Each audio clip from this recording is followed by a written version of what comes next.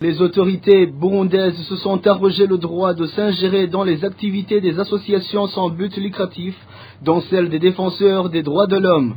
Déclaration de Lali Nibizi qui explique que la loi sur les ASBL renferme d'innombrables articles qui violent le droit de former des associations et de se réunir, garanti par la Déclaration des Nations Unies sur les défenseurs des droits de l'homme.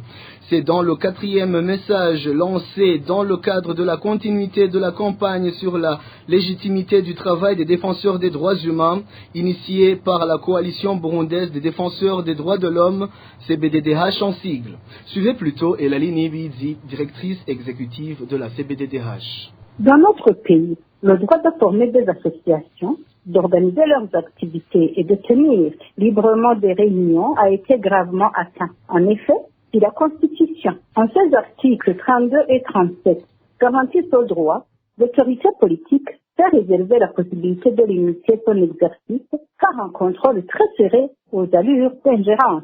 Cela transparaît à travers les dispositions de la loi numéro 1/02 du 27 janvier 2017 portant cadre organique des associations sans but lucratif.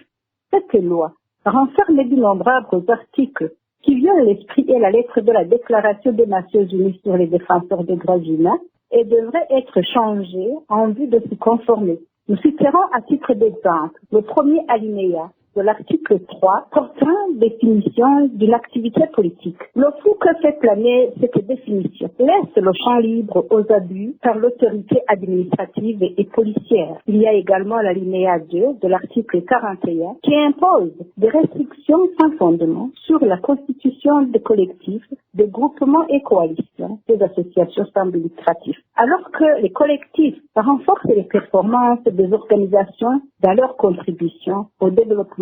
Cette disposition est également contraire à l'article 5 de la Déclaration sur les défenseurs des droits humains et devrait être retirée de la loi. Bref, la compétence excessive accordée à l'administration d'autoriser la création des ASBL et exercer le contrôle sur la réalisation de leurs activités devrait normalement être confiée à un organe indépendant, consensuel et inclusif avec des garanties d'une procédure équitable. C'était Elali Nibizi, directrice exécutive de la CBDDH.